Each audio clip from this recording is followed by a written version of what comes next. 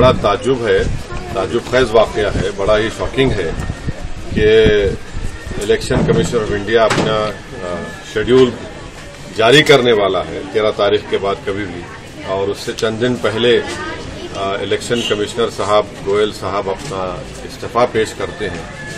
तो इस पर नहीं मालूम क्या वजह है, क्यों उन्होंने इस्तीफा दिया।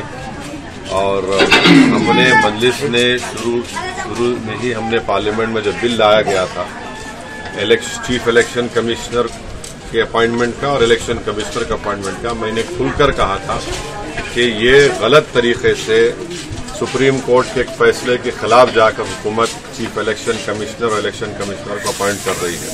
यानी एक तो प्राइम मिनिस्टर होंगे उसमें, और दूसरी कमेटी के मेंबर होंगे एक मिनिस्टर, और तीसरे जो है लीडर ऑपोजिशन होंगे।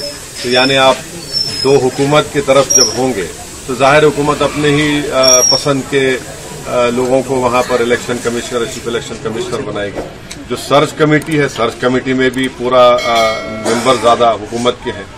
तो ये बड़ा ही गलत कानून उन्होंने पास किया है। मोदी हुकूमत ने चीफ इलेक्शन कमिश्नर और इलेक्शन कमिश्नर का अपॉइंटमेंट जो किया जा रहा है, जो सुप्रीम कोर्ट के हालिया फैसले के खिलाफ है। सुप्रीम कोर्ट ने कहा था कि उस कमेटी में इस तरह से हुकूमत की मेजॉरिटी नहीं होनी चाहिए, क्योंकि इलेक्शन फ्री एंड फेयर होना चाहिए, और उसके लिए बहुत जरूरी है कि जो अपॉइंटमेंट होता है वो भी आवाम को नजर आए कि भाई ये न्यूट्रल लोगों को अपॉइंट किया जा रहा है जो इलेक्शन को फ्री एंड फेयर भी कराएंगे।